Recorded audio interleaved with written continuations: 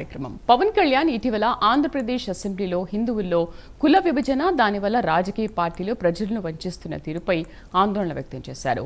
హిందువులను కులం ఎంత తీవ్రంగా బాధిస్తుందో ఇటీవల నాగర్ కర్నూలులో జరిగిన ఘటన ద్వారా అర్థం చేసుకోవచ్చు. రాజకీయ నాయకులు ఇతర మతాల విషయంలో ఎలా స్పందిస్తున్నారు, హిందువుల విషయంలో ఎలా స్పందిస్తున్నారు అని చెబుతూ పవన్ చాలా ఆవేదన వ్యక్తం చేశారు. ఒక రకంగా ఆయన అసెంబ్లీ వేదికగా హిందువుల్లో కదలిక తీసుకొచ్చే ప్రయత్నం చేశారని చెప్పుకోవాలి. ఈ క్రమంలో భారతదేశంలో కుల వ్యవస్థ, దాని నుంచి హిందువులు అనుభవిస్తున్న సామాజిక కష్టాలు, నష్టాలు, అవమానాల గురించి మరోసారి చర్చించుకోవాల్సిన అవసరం ఏర్పడింది. అసలు ఎందుకు ఇలాంటి వ్యవస్థ ఏర్పడింది, ఎందుకు ఇలాంటి మాటలు వస్తున్నాయనే విషయంపై ఇవాళ మన కార్యక్రమంలో చర్చిద్దాం. దీనిపైన డిబేట్లో పార్టిసిపేట్ చేస్తున్నారు మనతో పాటు సోషల్ యాక్టివిస్ట్ పస్నూరి రవీందర్ గారు అండ్ అనలిస్ట్ తిరునహరి శేషు గారు. నమస్తే అండి శేషు గారు అండ్ రవీందర్ గారు. రైట్, రవీందర్ గారు, ఏంటి హిందూ సమాజంలో కుల వ్యవస్థ గురించి అనేక సందర్భాల్లో మనం మాట్లాడుతున్నాం కూడా. అయితే మళ్ళీ ఎందుకు మాట్లాడుకునే పరిస్థితులు వస్తున్నాయంటారు? దీనికి గల కారణం ఏంటంటారు? ముందుగా ప్రైమ్ 9+ ఛానల్ వారికి ఒక ముఖ్యమైన అంశం మీద డిబేట్ కండక్ట్ చేస్తున్నందుకు ధన్యవాదాలు. అట్లాగే నాతో పాటు ఈ డిబేట్ లో పాల్గొంటున్న ప్రముఖ అనలిస్ట్ మా అన్నగారికి ధన్యవాదాలు, శేషు అన్నకి. అయితే ఎందుకు భారతదేశంలో ఇప్పుడున్నటువంటి పరిస్థితులు రోజు రోజుకి మారిపోతా ఉన్నాయి, ఎందుకు ఇట్లా ఈ రకమైనటువంటి పరిస్థితులు తలెత్తుతా ఉన్నాయి అనేది మనం గమనిస్తే 2014 తర్వాత ఈ రకమైనటువంటి పరిణామాలు చాలా పెద్ద మొత్తంలో పెరిగిపోయాయి. అంటే ఇవాళ అధికారంలోకి బీజేపీ వచ్చిన తర్వాత అధికారంలోకి పాలకులు వచ్చినట్టు కాకుండా అధికారంలోకి మతం వచ్చినట్టుగా మారిపోయింది. దీంతో దాన్ని అంటే ఓట్ బ్యాంకు పాలిటిక్స్ లో భాగంగా కేవలం మతాన్ని బేస్ చేసుకొని జరిగేటటువంటి ఈ దుర్మార్గాల వల్ల ఇది ఎక్కడికి దారితీస్తున్నది అని చెప్పేసి అంటే ప్రతి మనిషిలో భావోద్రేగాలను రెచ్చగొట్టేటటువంటి ఒక పని చాలా పెద్ద మొత్తంలో జరుగుతూ ఉన్నది. అధికారంలో ఉన్న వాళ్ళకేమో ఓట్లు కావాలి, అందుకోసం ప్రజల యొక్క మనోభావాల్ని దెబ్బతీసేటటువంటి ఒక పని చాలా నిరంకషంగా కొనసాగుతూ ఉన్నటువంటి పరిస్థితి ఉన్నది. దీనివల్ల ఏం జరుగుతున్నది అంటే దేశం అల్లకల్లోలము అశాంతిలోకి దారితీసేటటువంటి ఒక ప్రయత్నం జరుగుతూ ఉన్నది. అసలు నేనేమడుగుతున్నానంటే వాట్ ఈజ్ సనాతన? ఇవాళ పవన్ కళ్యాణ్ గారు కావచ్చు లేదా ఇంకెవరైనా కావచ్చు, ఆ సనాతన అనేటటువంటి ధర్మంలో దళితులకు ఎలాంటి స్థానం ఉన్నది, లేదా సనాతన అనేటటువంటి దాంట్లో ఈ యొక్క కుల వ్యవస్థ ఎట్లా ఉన్నది, అసలు ఈ కుల వ్యవస్థ ఇట్లాగే కొనసాగాలని ఆ సనాతన ధర్మం కోరుకుంటున్నదా, లేదా ఈ యొక్క ఎస్సీ ఎస్టీ బీసీలు ఎవరైతే ఈ దేశంలో మెజారిటీ ప్రజలుగా ఉన్నారో మరి వీళ్లకు ఆ సనాతనంలో ఏమైనా హక్కులు ఉన్నాయా అనేటటువంటి ఒక విషయాన్ని ఇక్కడ మనం ఆలోచించినట్టయితే చాలా ఆందోళన కలుగుతుంది. అంటే ఏది సనాతనం అనేటటువంటి దానికి వచ్చినప్పుడు వీళ్ళు నిర్వచిస్తున్నది ఏంటంటే ఈ భారతీయత యొక్క ప్రాచీన ఆత్మే సనాతనం, అది చాలా గొప్పది, చాలా మంచిది అనేటట్టుగా మాట్లాడుతూ ఉన్నారు. అయితే ఇక్కడ మాలాంటి దళిత యాక్టివిస్టులు అడుగుతున్నటువంటి ప్రశ్న ఏంటంటే మరి సనాతనం కంటే ఈ దేశంలో అంతకంటే ముందున్నది పురాతనం. అంటే పురాతనమైనటువంటి ఈ దేశ మూలవాసుల యొక్క సంస్కృతి ఒకటి ఉన్నది. ఇక్కడ సింధు లోయ నాగరికతలో విలసిల్లినటువంటి నాగరికతలో, సివిలైజేషన్లో ఇక్కడ గ్రామ దేవతలను పూజించేటటువంటి సంస్కృతి ఉన్నది, లేదా ఒకరినొకరు గౌరవించుకునేటటువంటి సంస్కృతి ఉన్నది, ఒక అన్నదమ్ముల్లాగా కలిసి ఉన్నటువంటి ఒక సంస్కృతి ఉన్నది. కానీ కుల వ్యవస్థను తీసుకొచ్చిన తర్వాత ఏం జరుగుతా ఉన్నది అంటే మనిషికి మధ్యలో అడ్డుగోడలు పెట్టినటువంటి ఒక సందర్భం ఉన్నది. ఇవాళ నాగర్ కర్నూలులో జరిగింది ఏంటంటే వాళ్ళు ఒక రజక కుటుంబానికి సంబంధించినటువంటి వాళ్ళు గుళ్ళోకి వస్తే మీరు గుళ్ళోకి రావద్దు అని ఒక 2 నెలల పసిపాపని అత్యంత కర్కశంగా చంపేసినటువంటి ఒక దారుణమైన పరిస్థితిలో ఉన్నాము. అంటే సభ్య సమాజం తలదించుకునేటటువంటి ఒక పరిస్థితి ఇవాళ ఎదురైతా ఉన్నది. ఎవరిని చూసుకొని వాళ్ళు అంతగానో రెచ్చిపోతా ఉన్నారు అనేటటువంటి విషయాన్ని చూస్తే అగ్రవర్ణాలు ఇక్కడ అధికారంలో ఉన్నటువంటి వాళ్ళు మా వాళ్ళే కాబట్టి మేము ఏం చేసినా నడుస్తుంది, లేదా కేంద్రంలో మా మతమే అధికారంలో ఉన్నది కాబట్టి మేము ఏం చేసినా నడుస్తుంది అనేటటువంటి ఒక అహంకారానికి తెగబడుతూ ఉన్నారు. కాబట్టి అట్లా తెగబడకుండా ఉండాల్సినటువంటి అవసరం ఉన్నది. అంటే ఈ దేశాన్ని కాపాడాలి అంటే ఆ దోషులు ఎవరైతే ఉన్నారో వాళ్ళని చాలా కఠినంగా రాజ్యాంగ పరిధిలో శిక్షించాల్సినటువంటి అవసరం ఉన్నది. మరొక్కసారి ఇట్లాంటి జరగకుండా చూసుకోవాల్సిన బాధ్యత పాలకుల మీదే ఉన్నది అనేటటువంటి విషయాన్ని ఇక్కడ నేను మీకు గుర్తు చేయదలుచుకున్నా మేడం. రైట్, చాలా బాగా చెప్పారండి. శేషు గారు నమస్తే అండి. యా శేషు గారు, మరేంటి రవీంద్ర గారు అన్నట్టు గౌరవించుకోవాల్సిన పరిస్థితులు ఉన్నప్పటికీ కూడా అసలు నాగర్ కర్నూల్లో ఆ దేవాలయంలో జరిగిన ఘటన నిజంగా చాలా బాధాకరం. అసలు 2 నెలల పసిబిడ్డని కూడా ఆ కుల వ్యవస్థల మధ్య చంపేశారు అంటే ఏమనాలి?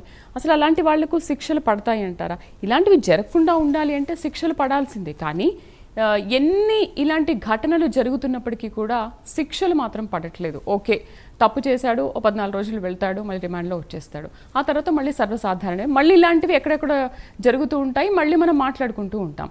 బట్ దీని ఏంటి పూర్తిగా నిర్మూలించాల్సిన అవసరం ఉంది కదా. ముందు రవికి ప్రైమ్ 9కి ప్రేక్షకులకు కృతజ్ఞతలు. అయితే ఇప్పుడు ఇది భారతదేశం లాంటి ఒక సంప్రదాయక పితృస్వామిక వ్యవస్థలో ఆచారాలు, సంప్రదాయాలు, నమ్మకాలు, మూఢనమ్మకాలు, కులము, మతము ఇవన్నీ కూడా ఆదర్శాలు ఒక కలగలిసినటువంటి ఒక సమాహారంగా ఉంటుంది. అయితే ఎప్పుడైనా మనం సమాజంలో అత్యంత క్లిష్టమైనటువంటి అంశంగా దేన్ని చూస్తాం? మతాన్ని, కులాన్ని, వివక్షతను చాలా క్లిష్టమైనటువంటి అంశాలుగా చూస్తాం. అయితే మతము, కులము ఎప్పుడైనా అది వ్యక్తిగతంగా ఉంచినంత కాలం ఎవరికి ఏ విధమైనటువంటి సమస్య రాదు. నా మతం, నా కులం నా వ్యక్తిగతమైనటువంటి అంశంగానే నా ఇంటి వరకే పరిమితం చేసుకొని చూస్తే ఏ సమస్య రాదు, అది సమస్యకు కారణం కాదు, దారి తీయదు. కానీ ఇప్పుడు ఏం జరుగుతుంది అని అంటే, సమాజ విస్తృతి జరుగుతున్నటువంటి క్రమంలో ఏం జరుగుతుంది? ఈ కులము, మతాన్ని సమూహానికి ఆపాదించి పెడుతున్నాం, లేకపోతే రాజకీయాల్లోకి పట్టుకొస్తున్నాం. ఇది చాలా ప్రమాదకరమైనటువంటి, విపత్కరమైనటువంటి ధోరణులకి దారితీస్తుంది. భవిష్యత్తులో కూడా మరింత దారి తీసేటటువంటి అవకాశాలు చాలా స్పష్టంగా ఉన్నాయి. అయితే ఇప్పుడు మనకి సమస్య ఏంటది?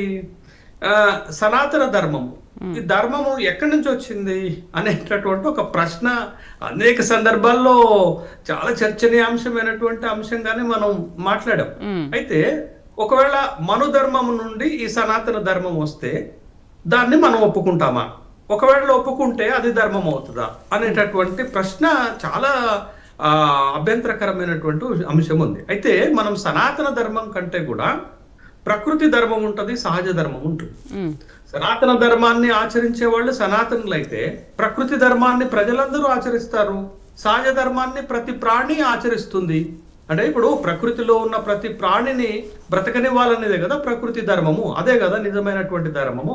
కాబట్టి ఈ సనాతన ధర్మం కంటే కూడా సహజ ధర్మాలు, ప్రకృతి ధర్మాలు చాలా గొప్పగా భావించాలి. అవన్నీ మానవ జాతి ఆచరిస్తే మొత్తం కూడా ప్రకృతి ఒక సుఖ సంతోషాలతో ఉంటుందనేది మనం ఇక్కడ గమనించాలి. అయితే ఇక్కడ మనం ఏంటంటే, ఈ మతం నుండి కులం వచ్చింది. ఎట్లొచ్చింది? మనకి చాతుర్వర్ణ వ్యవస్థ అనేదే కదా మనం చూసినటువంటి సందర్భము. మరి 4 వర్ణాలే ఉంటే ఇన్ని కులాలు ఎట్లొచ్చాయంటే, చాతుర్వర్ణ వ్యవస్థ నుండి కులాలుగా ఆవిర్భవిస్తున్నప్పుడు వృత్తిని బట్టి ఒక్కొక్క కులాన్ని మనం గుర్తుపట్టేశాం.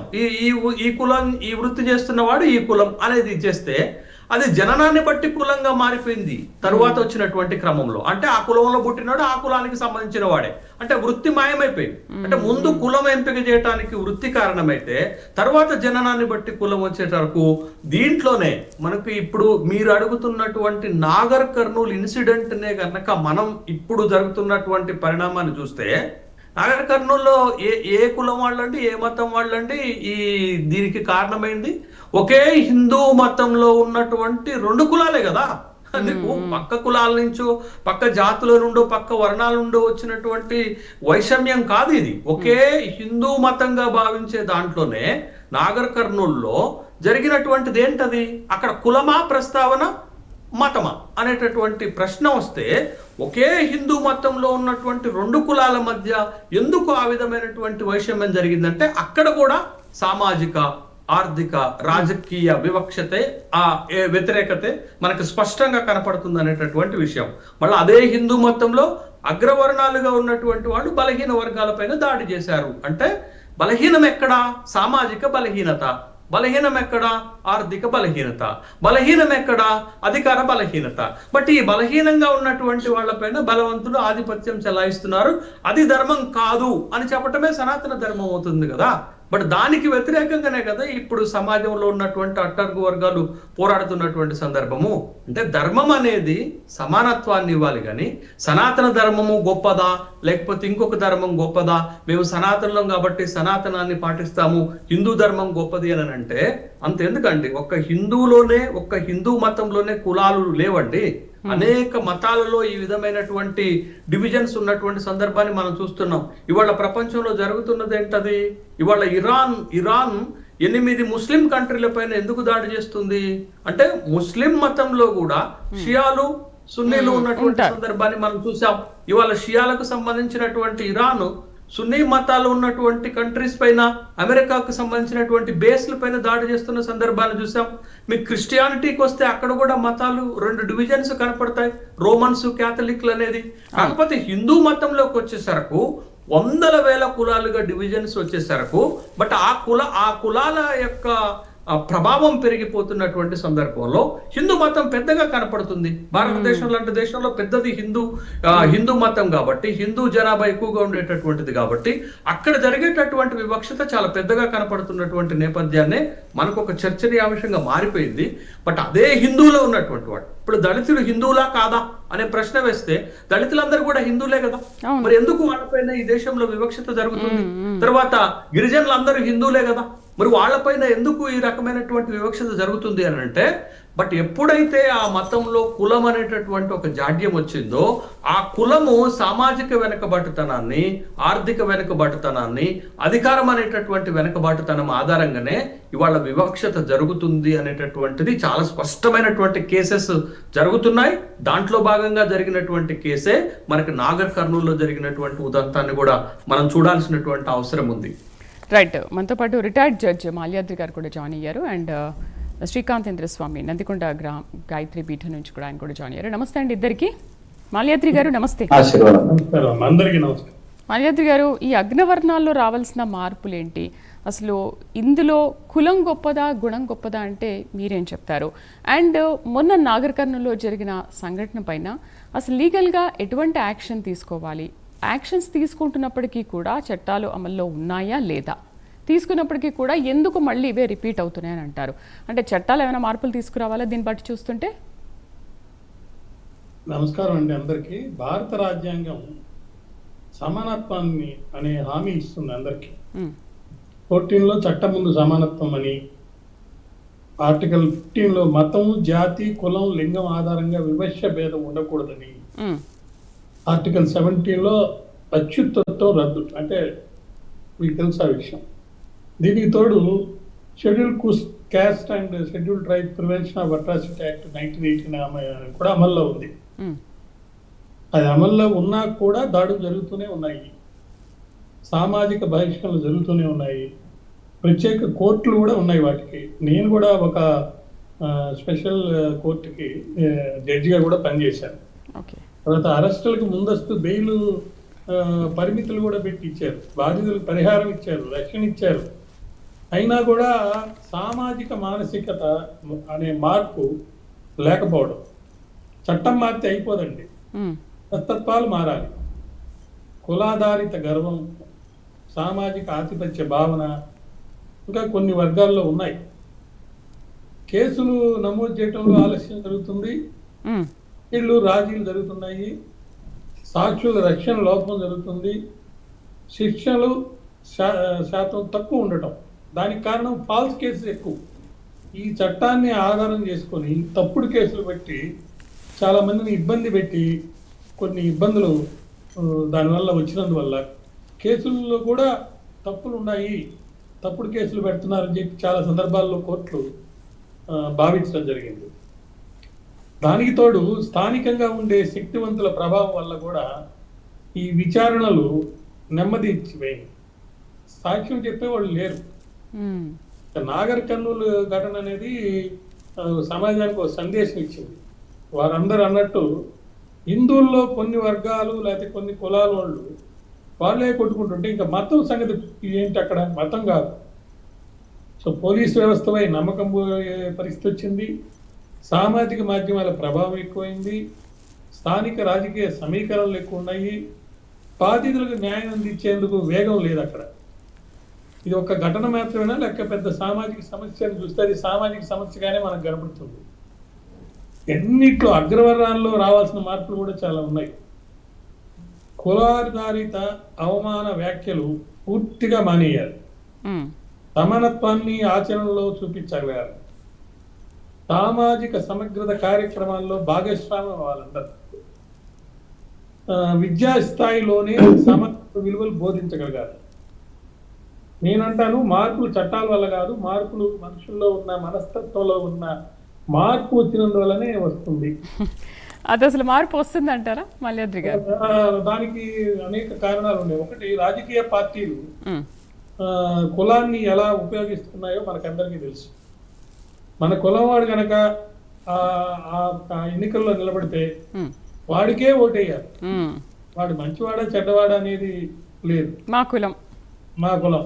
తర్వాత అభ్యర్థులకు ఎంపికలో కుల గణాంకాలు, కుల సంఘాలతో ప్రత్యేక సమావేశాలు,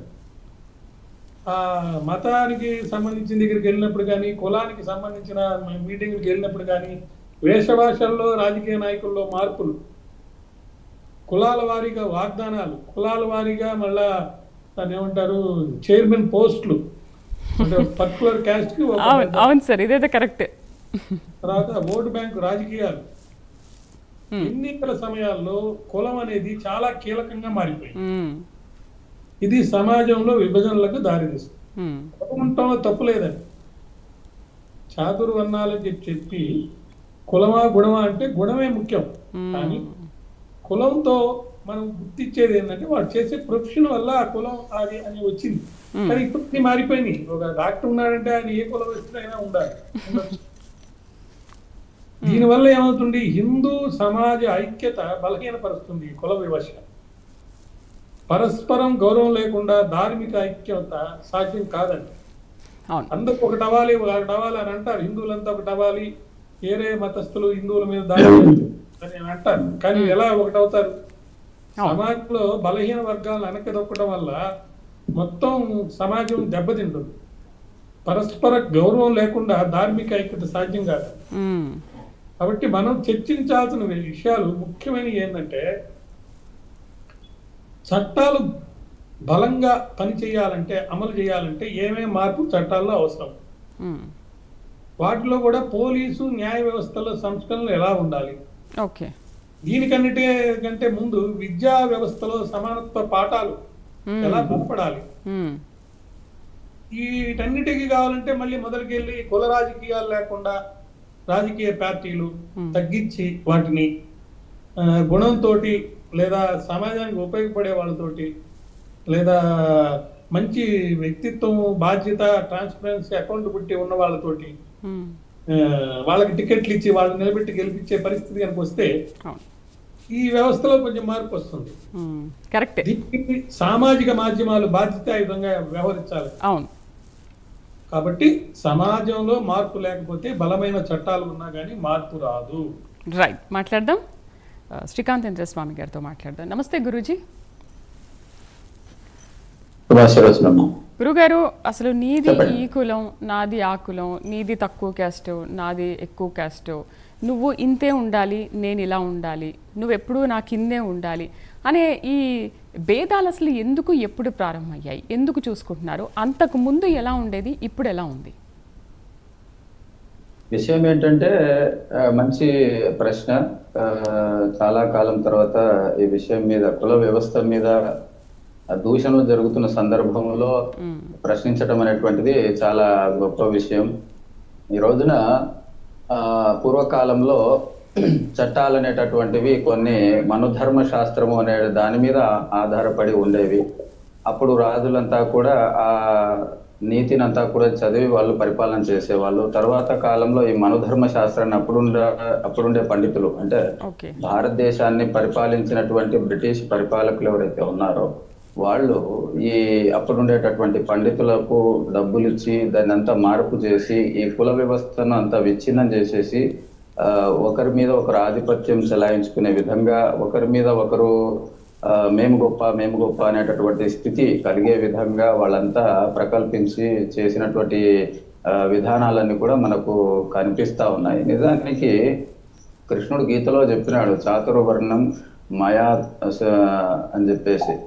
అంటే నా చేత 4 వర్ణాలు సృష్టింపబడ్డాయి, అది ఎక్కువగా ఆలోచించే వాళ్ళు బ్రహ్మలు అని, తర్వాత క్షేత్ర పరిపాలన చేసే వాళ్ళు క్షత్రియులని, తర్వాత వ్యాపారం చేసే వాళ్ళని వైశ్యులని, తర్వాత స్వేచ్ఛగా జీవనం సాగిస్తూ సమాజ సేవ చేసే వాళ్ళు ఎవరైతే ఉంటారో వాళ్ళని శూద్రులు అని చెప్పేసి చెప్పబడింది. కానీ వీటిల్లో ఎక్కడా కూడా ఇది గొప్ప అని ఎక్కడా చెప్పలేదు. అందరూ కూడా శ్రామికులే, అందరూ కూడా కార్మికులే, అందరూ కర్మలు చేసే వాళ్ళే. ఒకరు తెలివితో చేస్తూ ఉంటారు, ఒకరు భుజబలంతో చేస్తూ ఉంటారు, ఒకరేమో చాకచక్యంతో వ్యాపారం చేస్తూ ఉంటారు, ఒకరేమో శ్రమ చేసి చేస్తూ ఉంటారు.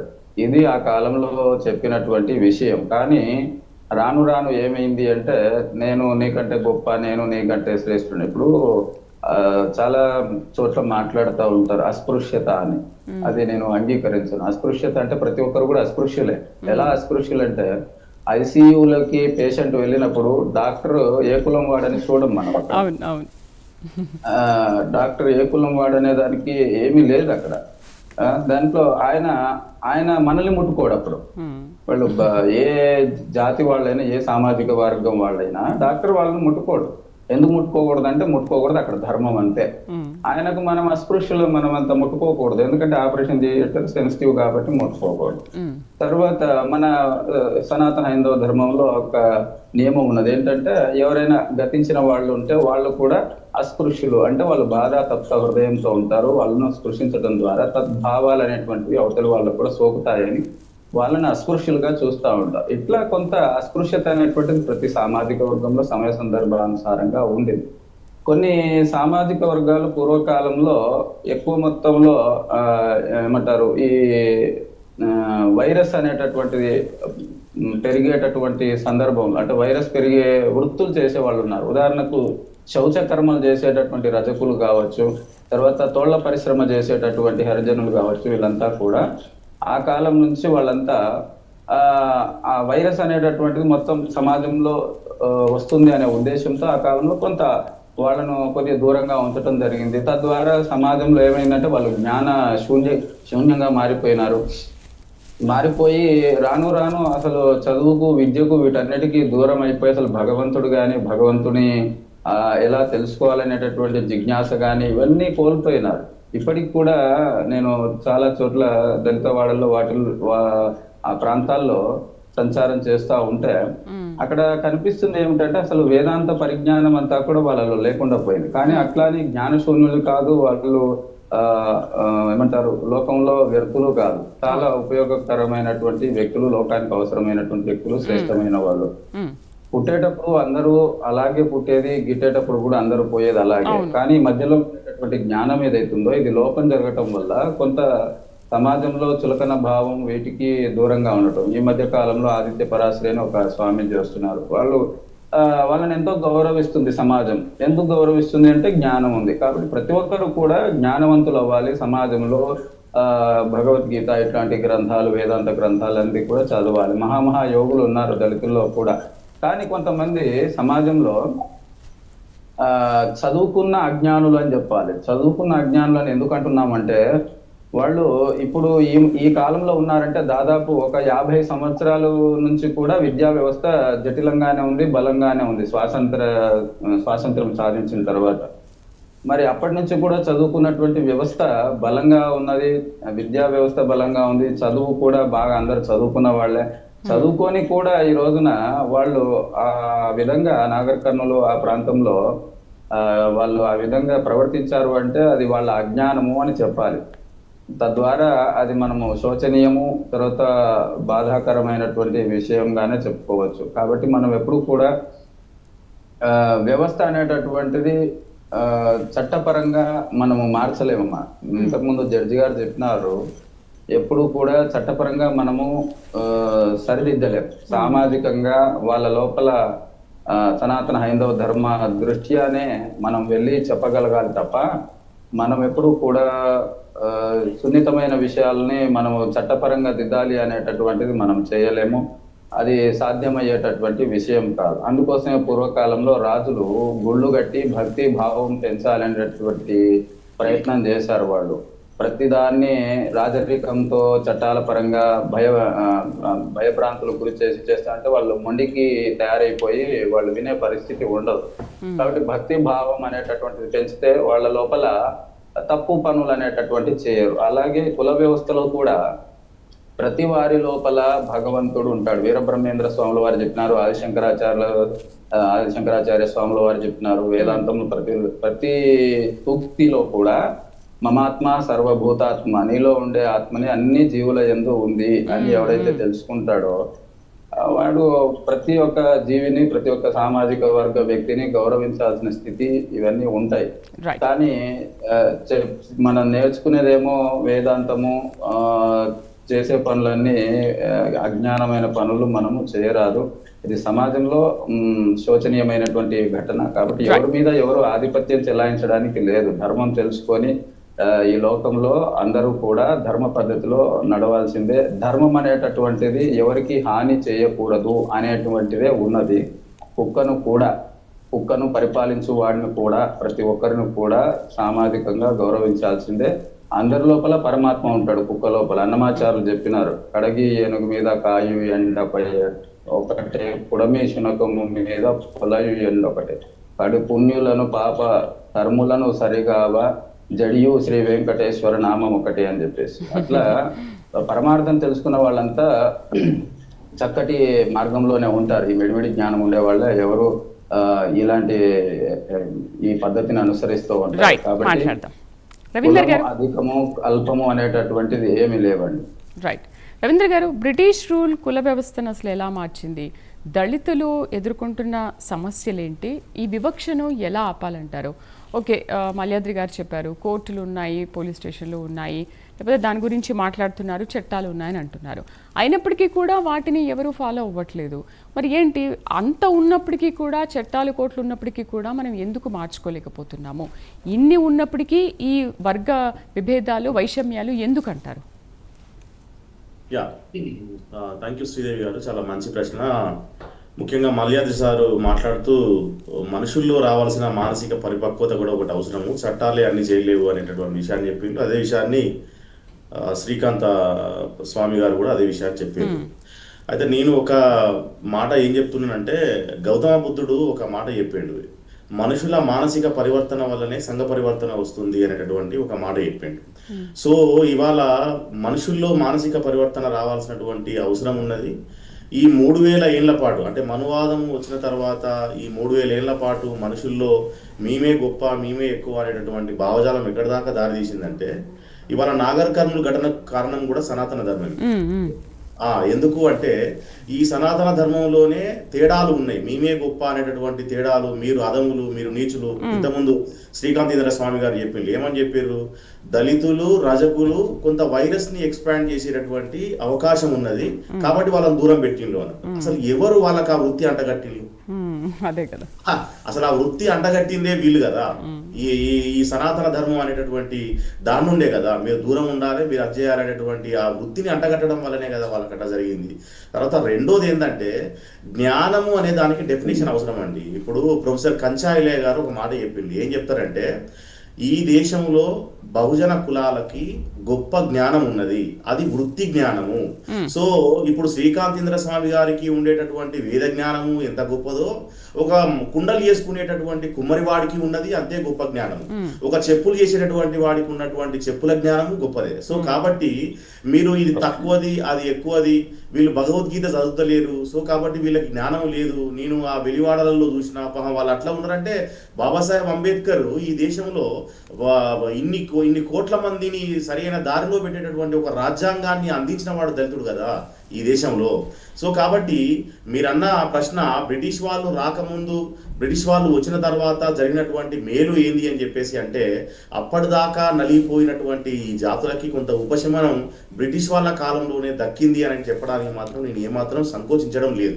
వాస్తవానికి బ్రిటిష్ వాళ్ళే కనుక రాకుండా ఉండి ఉంటే, బ్రిటిష్ వాళ్ళే కనుక కొన్ని ఎగ్జెంప్షన్స్ కనుక దళితులకు, బీసీలకు కనుక ఇవ్వకుండా ఉండుంటే ఈ దేశం ఇట్లా ఉండేటటువంటి అవకాశమే లేదు. వాస్తవానికి 1920 1927లో సైమన్ కమిషన్ వచ్చినప్పుడు కూడా కమ్యూనల్ అవార్డు విషయం ప్రస్తావన వచ్చినప్పుడు బాబాసాహెబ్ అంబేద్కర్ దళితుల యొక్క హక్కులను గురించి అక్కడ అడగడం జరిగింది. అంటే ఇప్పుడు ఏంటి రవీంద్ర గారు మీరు సనాతన ధర్మాన్ని ఏమైనా తప్పు పడుతున్నారా? తప్పకుండా తప్పడుతుందండి. తప్పకపోవడానికి ఏమున్నది అలా? ఇప్పుడు మాకు హక్కులు లేకుండా చేసిన తర్వాత అది గొప్ప ధర్మం అని నేను ఎట్లా అంటానండి? అది ఎట్లా అనగలుగుతాను నేను? ఇప్పుడు అది ఎలా ఏర్పడింది, ఎవరు సృష్టించుకున్నారనే విషయాన్ని ముగ్గురు కూడా చాలా క్లియర్ గా చెప్పారు అండ్ మీరు కూడా చెప్పారు. ఓకే, భగవద్గీతలో ఏముందనే విషయాన్ని గురువు గారు చెప్పారు. 4 వర్ణాలు ఉన్నాయి అక్కడ, అసలు దాంట్లో నువ్వు ఇది నేను ఇది, నువ్వు తక్కువ నేను తక్కువ అనే విషయాన్ని ఎక్కడ చెప్పలేదు. అది సృష్టించుకుంది ఎవరు? మన మనుషులమే కదా. అవును. ఒకవేళ కనుక సనాతన ధర్మమే కాకుండా శేషు గారు చెప్పినట్టు ప్రకృతి ధర్మమే కనుక ఈ దేశంలో ఉండి ఉంటే, మనుషులందరూ సమానమే, ఎవరి పని వారు చేసుకోవాలి, అదే ప్రకృతి ధర్మం అని కనుక ఉండి ఉంటే ఈ దేశంలో ఈ అసమానతలు ఉండేటి కాదు కదా. సో కాబట్టి మనం ఏం చేస్తున్నామంటే మూలాన్ని వదిలేసి ఉపరితలాన్ని చర్చిస్తున్నాం. అసలు మనుషులని విభజించినటువంటి ఆ విభజన భగవద్గీతలో శ్రీకాంతేంద్ర శర్మ గారు మంచిగా చెప్పిండు. భగవద్గీతలో చాతుర్వర్ణం మయా స్పష్టం అని కనుక ఆయన అనకుండా ఉండుంటే, సో కాబట్టి ఇట్లా ఉండేది కాదు కదా పరిస్థితి. ఈ చాతుర్వర్ణ వ్యవస్థ ఎందుకు, ఈ కుల వ్యవస్థని ఎందుకు సృష్టించాల్సి వచ్చింది అనేటటువంటి లోతుల్లోకి ఇవాళ మనం వెళ్లాల్సినటువంటి అవసరం ఉన్నది. ఇవాళ శ్రీకాంతేంద్ర గారు చెప్పినట్టు, స్వామి గారు చెప్పినట్టు, అందరం ఒకే రకంగా పుడుతున్నాం, ఒకే రకంగా చస్తున్నప్పుడు ఈ మధ్యలో వచ్చేటటువంటి విభేదాలు ఎందుకు? ఈ విభేదాల వల్ల కొందరిని ఊరికి దూరంగా పెట్టి, కొందరినేమో గర్భగుడిలాగా తీసుకెళ్లి ఇట్లాంటి అణచివేతలు, అవమానాలే నాగర్ కర్నూలు ఘటన దాకా వచ్చినాయి. అంటే వాళ్ళ మైండ్లలో చాలా స్ట్రాంగ్ గా తిష్ట వేసుకున్నది ఏంటంటే, ఒక రజక కులానికి చెందినటువంటి వాళ్ళు గుడి లోపలికి వస్తారా, మీరు బయట ఉండండి, మీరు బయటికి వెళ్ళండి అని కొట్టి దాడి చేసేటటువంటి దాకా పరిస్థితి మారడానికి ఐడియాలజీ కారణం. ఈ యొక్క ఐడియాలజీ మారాల్సినటువంటి అవసరం ఉన్నది. ఇప్పుడు మొన్న ఎక్కడో విజయేంద్ర ప్రసాద్ గారు అని రాజమౌళి గారి తండ్రి ఒక మాట ఏదో చెప్పిండు, మా పూర్వీకులంతా మేము తప్పు చేసినాము, మమ్మల్ని క్షమించండి అనేటటువంటి ఒక మాట అనుకొచ్చిండు. ఇవాళ నేను అడుగుతా ఉన్న ఈ సనాతనీయులందరినీ, అయ్యా మేము తప్పు చేసినాము, ఈ మనుషుల్ని విభజించి ఇన్ని కులాలు పెట్టి ఇంత వ్యవస్థ చేసి ఇంత అపవిత్రత అనేది ఆపాదించి మేము మిమ్మల్ని ఇంతకాలం అవమానించడం, ఇప్పుడు మమ్మల్ని క్షమించండి అని ఈ దళితుల్ని, ఈ రజకుల్ని, వీళ్ళందరినీ కూడా వీళ్ళు క్షమాపణ అడగాల్సినటువంటి అవసరం ఉన్నది. అప్పుడు ఏమైతుంది, వీళ్ళు కనుక రియలైజ్ అయితే అప్పుడు హిందూ మతం అనేది ప్రక్షాళనకి గురవుతుంది. అప్పుడు ఈ నాగర్ కర్నూల్లో దాడి చేసిన రెడ్లు ఎవరైతే ఉన్నారో వాళ్ళలో ఒక మానసిక పరివర్తన రావడానికి ఒక అవకాశం ఉంటుంది. ఏమని అంటే, ఈ మనకంటే మీద ఉన్నటువంటి బ్రాహ్మణులు, మనకంటే మీద ఉన్నటువంటి క్షత్రియులే తప్పు చేసినాము అని చెప్పేసి ఒప్పుకుంటున్నారు, మనం శూద్రులం. వాస్తవానికి చాతుర్వర్ణ కుల వ్యవస్థలో ఈ రెడ్లు, ఈ కమ్మలు, ఈ వెలమలు ఎవరైతే మనము పెద్ద కులాలని చెప్పుకుంటున్నామో వీళ్ళు కూడా శూద్రులే. వీళ్ళకి కూడా బ్రాహ్మణులకు ఉన్నన్ని హక్కులు లేవు, బ్రాహ్మణులకు ఉన్నంత యాక్సెసిబిలిటీ ఎక్కడ లేదు వీళ్ళకి. మరి ఇట్లాంటి వాళ్ళు ఏది చూసుకొని విర్రవీగుతా ఉన్నారు అనేటటువంటి విషయాన్ని చూస్తే, ఆ మెదడు పొరలలో ఎక్కడో ఆ భావజాలాన్ని, అంటే కుల వ్యవస్థ యొక్క స్వభావం ఏదైతే ఉందో, వీళ్ళకంటే మేము ఎక్కువ, వాళ్ళకంటే మేము, మాకంటే వాళ్ళు ఉన్నారు, మాకంటే కింద వీళ్ళు ఉన్నారు అనేటటువంటి ఒక భావన ఏదైతే ఉందో, ఆ భావనే ఈ యొక్క అన్ని సమస్యలకు కారణం. ఇప్పుడు సార్ జడ్జి గారు, మల్యాద్రి గారు చాలా గొప్ప మాట ఒకటి చెప్పింది. ఏం చెప్పారంటే, పాఠ్య పుస్తకాల స్థాయి నుండే ఒక పరివర్తన తీసుకొచ్చే విధంగా ప్రయత్నం జరగాలి ఈ దేశంలో. జరిగినప్పుడు అందరూ సమానమే అనేటటువంటి ఒక భావన ఆ బాల్యావస్థ నుండే గనక వస్తే, ఇప్పుడు నేను ఒక ఫ్యాకల్టీగా, ఒక రాజీవ్ గాంధీ యూనివర్సిటీలో ఒక ఫ్యాకల్టీగా నేను పనిచేస్తూ నా పిల్లలకు నేను అదే బోధిస్తా. ఏమని బోధిస్తా? నువ్వు రెడ్డి అయినా, నువ్వు వెలుమ అయినా, నువ్వు దళితుని అయినా, నువ్వు బీసీ అయినా, ఎవరైనా సరే చట్టం ముందు అందరూ సమానులేరా బాబు. కాబట్టి అందరూ కలిసి అన్నదమ్ముల్లాగా జీవిస్తేనే ఈ దేశం గొప్ప దేశమై ప్రపంచం ముందు తలెత్తుకొని జీవిస్తుంది. అట్లా కాకుండా ఒకరికి ఒకరు కులాన్ని పట్టించుకొని ఒకరిని ఒకడు అవమానించి గురి చేసేటటువంటి పని చేస్తే కనుక తప్పకుండా రేపు దేశంలో, ఇంతకుముందు శేషి గారు గొప్ప మాట అన్నారు, రేపు ఈ ప్రమాదం ఇంకా పెరిగేటటువంటి అవకాశం ఉన్నది. రేపు ఆ ప్రమాదం కనుక వస్తే దేశం అల్లకల్లోలం అయిపోయి ఇరాన్, ఇరాక్ లాగే తయారైపోతుంది. కాబట్టి శాంతి భద్రతలను కాపాడాలి అని చెప్పేసి అంటే పాలకులు ముందు మారాలి. పాలకుల్లో ఒక మానసిక పరివర్తన రావాలి. కేవలం ఓటు బ్యాంకు రాజకీయాల కోసం మత విద్వేషాలు రెచ్చగొట్టడం, ఓటు బ్యాంక్ కోసం కులాన్ని రెచ్చగొట్టడం అనేటటువంటి పని చేయకుండా ఉంటేనే ఇది సాధ్యమైంది మేడం. గురుగారు ఏమంటారు? రవీందర్ గారు ఇంతకుముందు మీరు మాట్లాడిన దానికి ఆయన ఎందుకు సనాతన ధర్మాన్ని తప్పుపడుతున్నారా అని అడిగిన దానికి అవును తప్పుపడుతున్నాను అన్నారు. సరే, ఇప్పుడు ఆ గుళ్ళో వాళ్ళు పాపం అగ్రవర్ణాలు లేకపోతే ఇంకేదో ఏదైనా కానీ వాళ్ళు దేవుని దర్శించుకోవడానికి వస్తే దర్శించుకునే వాళ్ళు ఎవరైనా ఒకటే కదా, తక్కువ కులం అయితే ఏంది, ఎక్కువ కులం అయితే ఏంది, అసలు దేవుడు అందరికీ ఒకటే కదా. మరి అలా దర్శించుకోవడానికి వచ్చినప్పుడు అంత నీచంగా బిహేవ్ చేయాల్సిన అవసరం లేదు కదా. మరి అలాంటప్పుడు ఎవరైనా సనాతన ధర్మాన్ని తప్పు పట్టే అవకాశాలు ఉంటాయి కదా. విషయం ఏంటంటే వాళ్ళు అజ్ఞానులనే చెప్పాలమ్మా. ఎందుకంటే ముఖ్యంగా అక్కడ కనిపించే విషయం ఏంటంటే వారు చెప్పినట్టుగా, ఇంతకుముందు మాట్లాడిన వారు చెప్పినట్టుగా అగ్రవర్ణాలు అనేటటువంటి విషయం ఏదైతే ఉన్నదో అందులో ఏ ఏ జాతులు, ఏ ఏ సామాజిక వర్గాలు ఉన్నాయి అంటే ఆ శూద్ర సామాజిక వర్గాలు కూడా అందులో ఉన్నాయనే మనం చెప్పుకోవాలి వ్యవహారం ప్రకారం. కానీ విషయం ఏమంటే వాళ్ళంతా వాళ్ళ శ్రమ లేదా వాళ్ళ నాలెడ్జ్తో అభివృద్ధి అయినటువంటి సామాజిక వర్గాలు అవి. ఎందుకు అంటే వాళ్ళు ఆ కాలం నుంచి కూడా శ్రమ చేస్తూ నేను ఉన్నత స్థితిలో ఉండాలి. నేను అదే చెప్తాను ఇప్పటికీ. దళితులు అనే వాళ్ళు మీరు దళితులు అని చెప్పుకోవద్దు, నేను ఉన్నత సామాజిక వర్గం అనే చెప్పుకోండి. ప్రతి ఒక్కరు కూడా సంతోషించదగ్గ విషయం ఏమంటే పూర్వకాలంలో హరిజన కాలనీలు అనేటువంటివి ఉండేవి. ఇప్పుడు వాళ్ళు మహారాజుల కాలనీ అని పేరు మార్పు చేసుకున్నారు. అట్లా మార్పు రావాలి, ప్రతి ఒక్కరి లోపల కూడా మార్పు అనేటటువంటిది రావాలి. నేను ఇంతే అనుకుంటే అందరు అణగదొక్కే వాళ్ళే ఉంటారు. ప్రతి సామాజిక వర్గంలో అణగదొక్కే వాళ్ళే ఉంటారు. ఇప్పుడు చూడండి, బ్రాహ్మణ అనేటటువంటి సామాజిక వర్గంలో కొన్ని ఉపశాఖలు ఉన్నాయి, అవన్నీ కూడా పైకి రాలేదు. వాళ్ళు కూడా ఏం చేస్తున్నారు అంటే వాళ్ళు వాళ్ళ సామాజిక వర్గాన్ని ఉన్నత స్థితికి తీసుకురావాలనేటటువంటి ప్రయత్నం చేస్తా ఉన్నారు. కానీ వాళ్ళు అలాగే ఉండిపోయినారు. కొందరు దేవాలయాల్లో ఊడిగం చేస్తూ అట్లాగే ఉండిపోయినారు. వాళ్ళని ఏమని చెప్పలేం. వాళ్ళ తెలివితో వాళ్ళు రావాలి. ఇంకొకటి ఏంటంటే అక్కడ నాగరికతలు జరిగినటువంటి ఉదంతాన్ని మనం చూస్తే అక్కడ తప్పు జరిగిందనే చెప్పాలి. ఇంకొక విశేషం ఏంటంటే ప్రతి ఒక్క సామాజిక వర్గానికి వాళ్ళ పౌరాణిక చరిత్రలను బట్టి వాళ్ళ కులదేవతలు అనే వాళ్ళు ఉన్నారు. ఇప్పుడు మాదిగలు అంటున్నారు, మతంగ మహర్షి యొక్క సంతానం వాళ్ళంతా. వాళ్ళు మతంగ మహర్షిని ఎక్కడ పూజ చేస్తున్నారు? వాళ్ళు మతంగ కన్యం శంకరాచార్య స్వాముల వారు పూజ చేసినారు ఆ కాలంలో. మరి వీళ్ళు ఎందుకు పూజ చేయడం లేదు అంటే ఆ జ్ఞానాన్ని కోల్పోయినారు. కాబట్టి వాళ్ళ యొక్క మూల పురుషుల్ని గుర్తించినప్పుడు వీళ్ళ సామాజిక వర్గం కూడా ఉన్నత సామాజిక వర్గంగా గుర్తింపబడుతుంది. అసలు కులం అనే దానికి డెఫినేషన్ ఏంటి సనాతన హైందవ ధర్మంలో అంటే ఒక సమూహం, ఒక ఆచార సాంప్రదాయం కలిగినటువంటి సమూహము అని అర్థం, అంతే. కాబట్టి మీ హిందూ సనాతన హైందవ ధర్మంలో ప్రతి ఒక్క సామాజిక వర్గం అనేటటువంటిది ఉంటుంది. వీళ్ళందరూ కూడా ఎక్కువ తక్కువ అని కలహించుకోవాలని కాదు. ఒక పుష్పమాల, హిందూ అనేటటువంటి పుష్పమాలలో రకరకాల పూలు ఇవన్నీ కూడా ఉంటాయి. అవన్నీ కూడా అలంకృతంగా అక్కడ ఉంటేనే అలంకారం. ఊరికే తెల్లటి పూలు పెట్టినాం అనుకోండి, అది దండ అలంకారంగా ఉండదు.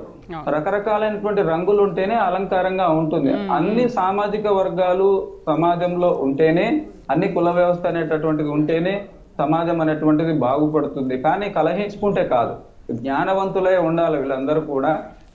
ఎవరి వృత్తి వాళ్ళు చక్కగా చేసుకుంటూ ఒకరి చేత ఒకరు గౌరవింపబడుతూ ఉండటం, జ్ఞానం సంపన్నులు కావటం అనేటువంటిది కావాలి. ఇప్పుడు మనం చూస్తే బ్రహ్మేంద్ర స్వాముల వారి చరిత్రలో దూదేకుల సిద్ధయ్య గారు కూడా చాలా జ్ఞానవంతుడైన. ఈరోజు అందరూ పూజ చేస్తారు. తర్వాత ఈశ్వరీదేవి గారి శిష్యుడు దున్న ఇద్దాసి గారని సాగర్ దగ్గర హాల్యాలో, ఆయన కూడా సజీవ సమాధి, జ్ఞానవంతుడై సజీవ సమాధులు అయినారు. వాళ్ళకు కూడా పూజ చేస్తాం. నేను వెళ్ళినా కూడా వారికి పూజ చేయడం అనేటువంటిది జరుగుతుంది. ఇక్కడ సామాజిక వర్గంలో జ్ఞానం ప్రధానం, కానీ కులం అనే రైట్. గురుగారు మీ దగ్గర సిగ్నల్ లేదు, ఒకసారి చూసుకోండి. శేషు గారు, అసలు ఈ కుల వ్యవస్థ వల్ల హిందూ సమాజానికి లాభం కంటే నష్టమే ఎక్కువగా ఉంది అని అంటారు. అండ్ కొంతమంది ఏంటంటే ఈ కుల వ్యవస్థ వల్ల లాభాలే ఎక్కువగా ఉంటాయని అంటారు. అంటే ఇది ఎలా అర్థం చేసుకోవచ్చు? అంటే ఇది కొంచెం పొలిటికల్ లెవెల్లో ఆలోచిస్తే ఎలా ఉంటుందంటారు? మీరు అటే వెళ్తారా ఏంటి?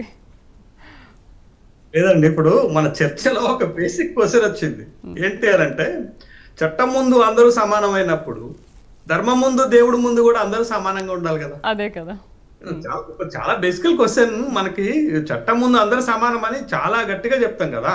మరి అలాంటప్పుడు ధర్మం ముందు లేకపోతే దేవుడు ముందు కూడా అందరూ సమానమైనప్పుడు ఈ ప్రశ్నలు అన్నిటికీ అదే సమాధానం చెప్తుంది అనేటటువంటి విషయం గమనించాలి. రెండోది, మతం నుండి వచ్చినటువంటి ఈ కులము, ఈ రెండు కూడా చాలా సున్నితమైనటువంటి అంశాలు. బట్ ఈ రెండింటిని మనం చూసేటటువంటి దృక్కోణం నుండి, మనం చూసేటటువంటి విధానం నుండే ఆ ప్రాధాన్యతలు లేకపోతే ఆ వివక్షత అనేది బయటపడుతుంది అనేది సమాజంలో అనేక సందర్భాల్లో నిరూపితమైనటువంటి ఒక సత్యాలుగా మనం భావించాలి. అందుకే మనం అందరం కూడా కులం పునాదుల మీద కూర్చొని కులం పోవాలంటాం. అది చాలా వైరుధ్యమైనటువంటి అంశాల మీద విస్తృతమైన చర్చ జరుగుతుంది కానీ బట్ అవుట్కమ్ ఫలితం ఉండదు. ఎందుకనంటే మనం అదే పునాది మీద కూర్చొని అది పోవాలి అని అంటే ఎట్లా అవుతుంది? అందుకే బాబాసాహెబ్ అంబేద్కర్ ఒక మాట అంటారు, ఒక కులం పునాదుల పైన ఒక జాతిని గాని ఒక నీతిని గాని మనం నిర్మించలేము అని అంటాడు. అంటే ఒక కుల ఆధారితాన్ని పెట్టుకొని మనం ఒక గొప్ప సమాజాన్ని నిర్మించాలనుకునేటటువంటి ఒక ప్రయత్నము ఎట్లా సఫలీకృతం అవుతుంది అనేటటువంటి ఒక ప్రశ్న వస్తుంది. తర్వాత ఒక సింధూరం సినిమాలో అనుకుంటానండి, మనకి సిరివెన్నెల సీతారామ శాస్త్రి గారు ఒక మంచి పాట రాశారు. ఏం పాట రాశారంటే, అర్ధశతాబ్దపు అజ్ఞానాన్ని స్వతంత్రం అందామా అనే పాటలో ఒక చరణం రాశారు. ఆయన ఏం రాశారంటే, కులాల కోసం గుంపులు కడుతూ మతాల కోసం మంటలు పెడుతూ ఎక్కడ లేని తెగువను చూపి తగువుకులేస్తారే జనాలు తలలర్పిస్తారే. అంటే కులము మతం అనే వచ్చేసరకు ఎక్కడ లేని తెగువ చూపిస్తారు, జనాలు తలలర్పిస్తారు అనేటటువంటి ఒక సామాజిక గీతం చాలా పాపులర్ అండి. అసలు ఈ గీతము చాలా మంచి మీనింగ్ఫుల్ ఉన్నటువంటి ఒక సాంగ్ రాశాడు. అంటే మనిషి పైన, మనిషి ప్రవర్తన పైన, మనిషి ఆలోచన శక్తి పైన ఈ మతము కులం అనేది ఎంత ప్రభావితమైనటువంటి శక్తిగా మారిందనేటటువంటి విషయాన్ని మనం గమనించాలి. అందుకే చాలా సున్నితమైనటువంటి విషయాన్ని ప్రభుత్వాలైనా, వ్యవస్థలైనా, సనాతన ధర్మాలైనా, ఎవరైనా కానీ చాలా జాగ్రత్తగా ఉపయోగించాల్సిన దగ్గర ఇష్టారీతిగా ఉపయోగిస్తున్నారు. అంటే కొంతమంది మతాన్ని వాడి, కొంతమంది కులాన్ని వాడి కొన్ని రకాల ప్రయోజనాలు, అటు రాజకీయ ప్రయోజనము, అధికార ప్రయోజనము, ఇంకో రకమైనటువంటి ప్రయోజనం పొందటానికి ప్రయత్నం చేస్తున్నటువంటి క్రమంలో కింది వర్గాలు సమిదలైపోతాయండి. ఎందుకంటే వాళ్ళకి బలం ఉండదు, వాళ్ళకి సమాజంలో గుర్తింపు ఉండదు, వాళ్ళకి పవర్ ఉండదు. కాబట్టి ఆ వర్గాలు సమిదలైపోతాయి. ఇవాళ ఇక్కడ చూడండి, దేశం ఆమూలాగ్రము మీరు ఎక్కడన్నా చూడండి, పైనుండి కింది వరకు కూడా కులాన్ని మతాన్ని రాజకీయాల్లోకి పట్టుకొచ్చాము, కులాన్ని మతాన్ని వాడుతున్నాము, కులాన్ని మతాన్ని ఓటు బ్యాంకుగా మార్చుకునేటటువంటి క్రమంలోనే అనేక రకాలైనటువంటి విష పరిణామాలు సమాజంలో, దేశంలో చోటు చేసుకుంటున్నాయి అనేటటువంటి విషయాన్ని గమనించాలి. ఇంకొక చాలా మంచి ఒక వర్డ్ ఈ మధ్యనే నేను విన్నానండి. అదేంటంటే, విజ్ఞానం పెరిగితే వివేకం పెరుగుతుంది, విజ్ఞానం పెరిగితే కుల మతాలు పోతాయి అనేటటువంటి ఒక పడికట్టు పదాన్ని మనం ఎప్పటికీ వాడుతుంటాము. బట్ విజ్ఞానం కాదండి, అక్కడ మనిషి ప్రవర్తన మారాలి, మనిషి వివేచన మారాలి, మనిషి ఆలోచన శక్తి కూడా మారాలి. ప్రోగ్రెసివ్ థాట్స్ ఉన్నప్పుడే ఇవన్నీ పోతాయి. మీకు చిన్న ఎగ్జాంపుల్ ఏంటంటే, American vice president JD Vance Christian. తను పెళ్లి చేసుకున్నటువంటి అమ్మాయి భారత మూలాలు ఉన్నటువంటి ఉషా వాన్స్ ని పెళ్లి చేసుకున్నారు. ఆమె హిందూ. వాళ్ళకి పుట్టినటువంటి 3 పిల్లలు కూడా క్రైస్తవాన్ని అవలంబిస్తున్నారు. జేడి వ్యాన్స్ ఒక సందర్భంలో ఇటీవల ఒక మాట ఏమన్నాడంటే, నా భార్య కూడా క్రిస్టియానిటీని అవలంబిస్తే బాగుంటది అని అన్నాడు. అంటే మనం ఒక అడ్వాన్స్డ్ కంట్రీస్ నుంచి వచ్చిన, పెద్ద చదువులు చదువుకున్న, పెద్ద పెద్ద హోదాలలో ఉన్నప్పటికీ కూడా మతం అనేటటువంటిది ఏ స్థాయిలో మనిషి పైన ప్రభావాన్ని చూపెడుతుందని చెప్పడానికి నేను ఈ ఉదాహరణ తీసుకున్నానండి. కాబట్టి ఈ సున్నితమైనటువంటి అంశాలను చాలా జాగ్రత్తగా గనక మనం వాడకపోతే జరిగేటటువంటి పరిణామాలు, నాగర్ కర్నూలు పరిణామాలు కావచ్చు, లేకపోతే చుండూరు పరిణామాలు కావచ్చు, నీరుకొండ పరిణామాలు కావచ్చు, ఈ పరిణామాలన్నిటి నేపథ్యం వెనకాల ఉన్నది ఏంటంటే మతము, కులం అనేటటువంటి ఒక దురహంకారమే ఆ సామాజిక సమస్యలన్నిటికీ మూలంగా మారిపోయింది. కాబట్టి సమాజము ఒక ప్రోగ్రెసివ్ థాట్స్ వైపుకి వెళ్ళాలి అని అంటే మనం ఈ భావాలతోటి ఉన్నంత కాలము మనం అనుకునేటటువంటి మార్పు రాదు. అయితే ఇటీవల కాలంలో మీరు ఆంధ్రప్రదేశ్ శాసనసభలో deputy chief minister Pawan Kalyan గారు ఒక మాట మాట్లాడుతున్నటువంటి సందర్భంలో, చాలా ఈ మధ్య ట్రోల్స్ బాగా అవుతున్నటువంటి సందర్భంలో, హిందూ ధర్మ పరిరక్షణ అంటే ఆయన ఒక మాట చెప్తున్న సందర్భంలో, హిందూ ధర్మ పరిరక్షణ అంటే ఇతర మతాలను తక్కువ చేయటం కాదు, దూషించటం కాదు, తన మతాన్ని రక్షించుకోవటం అనేటటువంటి మాట చెప్తూ హిందువులు మేల్కోవాలి, ఇతర మతస్థులను చూసి నేర్చుకోవాలి అని అంటున్నారు.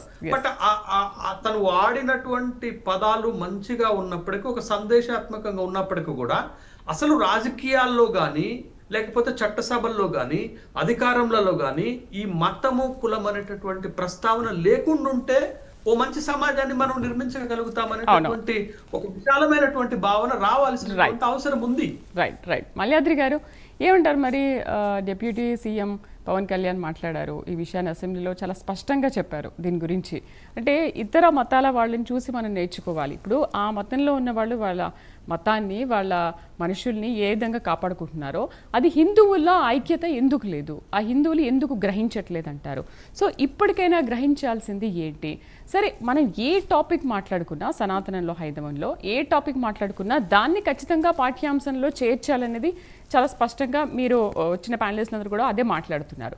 మరి ఏంటి అసలు పాఠ్యాంశంలో నిజంగా చేర్చుతున్నారా? ఇవన్నీ వస్తున్నాయా? పిల్లలకు మనం నేర్పిస్తున్నామా? నేను మొట్టమొదట మనస్తత్వాలు ఉండాలని చెప్పాను, నెంబర్ 1. అయితే సనాతన ధర్మాన్ని కించపరుస్తూ లేదా ఇతర మతాలు ఏదో గొప్ప వాళ్ళ దగ్గర నుంచి నేర్చుకోవాలి అనే మాట కంటే నేర్చుకోవడం అనేది ఎవరి దగ్గర మంచి ఉన్నా నేర్చుకోవచ్చు, తప్పు లేదా. ఇతర మతమా మన మతం అని కాదు. అసలు ఈ ఆధ్యాత్మిక సాంప్రదాయం, సనాతన ధర్మం అనేది, హిందూ ఆధ్యాత్మిక సాంప్రదాయం అనేది ఒక వ్యక్తి స్థాపించింది కాదు.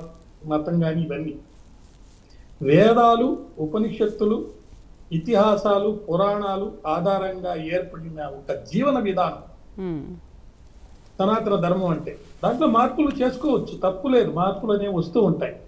అయితే దీన్ని అర్థం చేసుకోవడంలో కొంత పొరపాటు జరిగింది. అది ఎలాగంటే, సనాతన ధర్మంలో వర్ణ వ్యవస్థ ఉంది కాబట్టి, అది కులాన్ని చెప్తుంది కాబట్టి సనాతన ధర్మమే తప్పని ఒక భావన, అది తప్పది. ఎలా భీమరావు అంబేద్కర్ గారు మాత్రమే రచించినట్టుగా మిత్రుడు చెప్తున్నాడు. రాజ్యాంగం రచించింది 256 మంది ఎంతమంది కమిటీ మెంబర్లు ఉన్నాయి, ఈయన డ్రాఫ్టింగ్ కమిటీ చైర్మన్ మాత్రమే. అది మనం గమనించాలి. దాంతోపాటు ప్రాచీన గ్రంథాల ప్రకారము వర్ణం అంటే గుణం, స్వభావం, కర్మ, పని ఆధారంగా ఉండాలి అన్న ఆధారంగా కాదు. అయితే ఇక్కడ ఏమవుతుంది, వర్ణము కులంకి మధ్యలో ఒక ఘర్షణ వస్తుంది.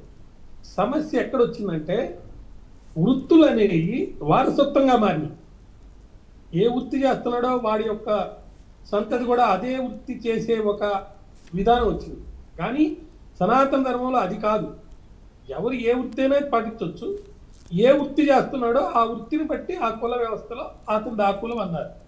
కానీ మనం ఎలా చేశాము, వృత్తులు అనేవి వారసత్వంగా మార్చేశారు. అక్కడ సమస్య వచ్చింది. సామాజిక ఆధిపత్యం స్థిరపడిపోయింది.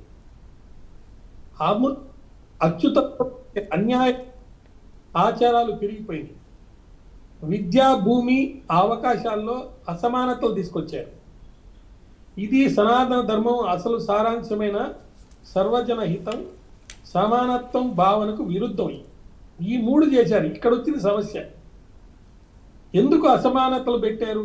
తప్పు కదా. విద్యా, భూమి, అవకాశాల్లో అసమానతలు ఉండకూడదు. సామాజిక ఆధిపత్యం ఎవరికి స్థిరపడటం అనేది ఉండకూడదు. వృత్తులనేవి వారసత్వంగా ఉండకూడదు. దాంతోపాటు ఇప్పుడు అవసరమైన మార్పులు ఏంటంటే, జన్మ ఆధారిత అధికారం ముగిపోవాలి. నేను ఈ కులానికి చెందిన వాడిని కాబట్టి ఉన్నతుడు అనే భావన పూర్తిగా తొలగిపోవాలి. ఏ కులం వాడైనా ఉండొచ్చు. వాడు ఉన్నతుడు ఎప్పుడు అవుతాడు? వాడి గుణం బాగుంటే, వాడి మనస్తత్వం బాగుంటే, వాడి జీవన విధానం బాగుంటే అప్పుడు వాడు ఉన్నతుడు అవుతాడు. కాబట్టి ఈ కులంలో పుట్టాడు కాబట్టి వాడు ఉన్నతుడు అనే భావన పూర్తిగా తొలగిపోవాలి. ధర్మాన్ని కూడా సమానత్వ దిశగా అర్థం చేసుకోవాలి. సనాతన ధర్మంలో సమానత్వం కూడా ఉంది. భగవద్గీతలో కర్మ, గుణం ఆధారంగా వర్ణం చెప్పబడింది, జన్మ ఆధారంగా కాదండి. భగవద్గీతలో కర్మ, గుణం ఆధారంగా వర్ణం చెప్పబడింది, జన్మ ఆధారంగా కాదు. కానీ మనం ఏమనుకుంటున్నాము, జన్మ ఆధారంగా కులం అనుకుంటున్నాము. తర్వాత ఆలయాలు, మతపరమైన బాధ్యతల్లో సమాన అవకాశాలు ఉండాలి. సమాజంలోని అన్ని వర్గాలకు సమాన ప్రవేశం ఉండాలి. మంచి అన్ని రకాల పాత్రలు అందరూకి ఆమోదయోగ్యంగా ఎవరైనా ఆ పాత్రల్ని చేసే విధంగా, అయితే ఆ వృత్తి ఆ ధర్మాన్ని నెరవేర్చే విధంగా ఉండాలి. అదేవిధంగా పాఠశాల స్థాయి నుంచే సమానత్వం, మానవ గౌరవం బోధించాలి. మానవ గౌరవం, కుల గౌరవం కాదు, మానవ గౌరవం బోధించాలి. పాఠశాల స్థాయి నుంచి సమానత్వం అనేది ఉండాలి. మత పెద్దల బాధ్యత ఏంటంటే మతాధిపతులు, పీఠాధిపతులు సమానత్వ సందేశం స్పష్టంగా చెప్పగలగాలి, చెప్పాలి. సమానత్వం అందరూ, కులం బట్టి కాదు. తర్వాత కులాన్ని బట్టి వాడికి ఏదో అధికారమో లేకపోతే ఉన్నతుడు అని చెప్పేది పోవాలి. వృత్తి కూడా ఇప్పుడు ఒక వృత్తి చేసేవాళ్ళు అదే వాళ్ళ పిల్లలు అదే వృత్తి చేయడం లేదు కదా. అంటే సనాతన ధర్మానికి వెళ్ళిపోయారు. మళ్ళీ సనాతన ధర్మంలో చెప్పింది అదే, చేసే వృత్తిని బట్టి మీరు అవుతారు. కానీ వృత్తి కులపరం కాదు, కులపరం కాదు. అది అక్కడ సనాతన ధర్మాన్ని కొంచెం అర్థం చేసుకోవడంలో కొంచెం చిన్న మిస్టేక్ ఉంది. దాంతో పాటు నేను కొన్ని ప్రశ్నలు మీకు సంధిస్తున్నాను. వర్ణ వ్యవస్థను ఆధునిక సమాజంలో ఎలా పునర్నిర్మాణం చేయాలి? వర్ణ వ్యవస్థను, కులాధారిత రాజకీయాలు ఆగాలంటే ఏం చేయాలి? మత పెద్దల ముందుకు వస్తే మార్పు వేగంగా జరుగుతుందా? కానీ వీటన్నిటికీ ఆన్సరు యువత పాత్ర చాలా ఉంది. పవన్ కళ్యాణ్ గారు చెప్పినట్టు యువత పాత్ర చాలా ఉంది. యువత అర్థం చేసుకోగలగాలి. అన్ని మతాల్లో ఉన్నతులైన వాళ్ళు చెప్పినవి అన్ని కూడా మనం సమానత్వం, సర్వే జన సుఖినో భవంతు అని అంటున్నారు హిందూ మతంలో. సర్వే జన సుఖినో భవంతు అంటే అదే అందరూ బాగుండాలని కోరుకునే, అందరూ సమానులని కోరుకుంటున్నాం. సో మార్పు కోసం చట్టాల్లో సమాజ చైతన్యం తీసుకొచ్చి, మతపరమైన సంస్కరణలు తీసుకొచ్చి, వ్యక్తిగత ఆత్మ పరిశీలన చేసుకొని కనుక ముందుకెళ్తే కుల రక్కసి వెళ్ళిపోతుంది. కులం దుష్పరిపాలనలపై మాట్లాడాల్సిన అవసరం వచ్చింది కాబట్టి వారు మాట్లాడినట్టు అందరూ మాట్లాడి చర్చించి ఒక అవగాహనకు వచ్చి మార్పులు తీసుకొచ్చి మనస్తత్వాలు మార్చుకునే దిశలో ముందుకెళ్తే అన్ని దేశాల్లో ఉన్నాయి. ఆయన చెప్పినట్టు, ఇందాక వారు చెప్పినట్టు ముస్లిమ్స్ అంటే ముస్లిమ్స్లో కూడా తెగలు ఉన్నాయి, పోరాడుతున్నారు. ఇప్పుడు ఎందుకు అక్కడ ఇరాన్ మీద యుద్ధం జరుగుతుంది? సో హిందువుల్లోనే కాదు, అన్ని సమాజాల్లో ఉన్న వ్యక్తుల్లో మనస్తత్వాల్లో మార్పులు తీసుకొచ్చి అందరూ సమానమే, అందరిలో ప్రవహించేది అదే రక్తము అని చెప్పి సర్వే జన సుఖినో భవంతు అని సనాతన ధర్మం చెప్పిన విధంగా మనం ముందుకెళ్ళగలిగితే ఖచ్చితంగా మనం అనుకున్నటువంటి అభివృద్ధి సాధించవచ్చు. వేదాలు, ఉపనిషత్తులు, పురాణాలు చెప్పిన ప్రకారంగా సనాతనంలో, హైందవంలో, హిందూ మతాల్లో జరిగే మంచి కార్యక్రమాలన్నీ కనుక బాగా ముందుకెళ్తే మన గుడి మన బలం. మన గుడిల్లో కొన్ని మార్పులు తీసుకొస్తే ఖచ్చితంగా అది బలమైనదిగా వ్యవస్థ ఉంటే కుల వివక్ష అనేది ఉండదు. కుల విషయంలో హిందువులు తప్పకుండా ఈ విషయాన్ని గ్రహించాలి. కులమా గుణమా అని అడుగుతున్నారు. గుణమే ముఖ్యం. గుణం బాగుంటే కులంలో ఉన్న మార్పులు చేర్పుల్లో ఏమైనా ఉంటే తప్పులు ఉంటే కూడా సరిదిద్దుకోవచ్చు. కాబట్టి ఆ విధంగా చేస్తారని, ఆ విధంగా మంచి చర్యలు చేపడతారని, మీలాంటి ఈ ప్రైమ్ 9 టీవీలో ఇంత చక్కటి మంచి కార్యక్రమం చేపట్టి దీని మీద డిస్కషన్ జరపడం చాలా గౌరవనీయమైంది, గొప్పదైంది. ఇంకా ఈ చర్చలు ఇంకా బాగా జరిగితే సత్యం, అహింస, సమానత్వం, ధర్మాచరణం, కుల ఆధారిత అసమానతలు, ఈ విలువలకి ఒక సరైనటువంటి అర్థం తీసుకొస్తుంది. ఆ అర్థం తీసుకొచ్చి సమాజ చైతన్యం జరిగి, మతపరమైన సంస్కరణలు జరిగి, వ్యక్తిగత ఆత్మ పరిశీలన జరిగి ముందుకు సమాజం వెళ్తుందని నేను ఆశిస్తున్నాను. రవీందర్ గారికి అండ్ తిరునహరి శేషు గారికి థ్యాంక్ యూ అండి, డిబేట్లో పార్టిసిపేట్ చేసినందుకు. సో ఏది ఏమైనప్పటికీ కూడా ఈ కుల వివక్ష వల్ల అభం శుభం తెలియని ఒక చిన్నారి బలైపోయింది. మరి ఏంటి, ఇప్పటికైనా ఈ కుల వివక్ష ఆగుతుందా, లేకపోతే దీన్ని ఇలాగే కొనసాగిస్తారా? ఇలా జరగడం పట్ల చర్యలు ఏమైనా తీసుకుంటారా? చూద్దాం. ఇది వాళ్ళ సనాతనంలో హైందవం. నమస్తే.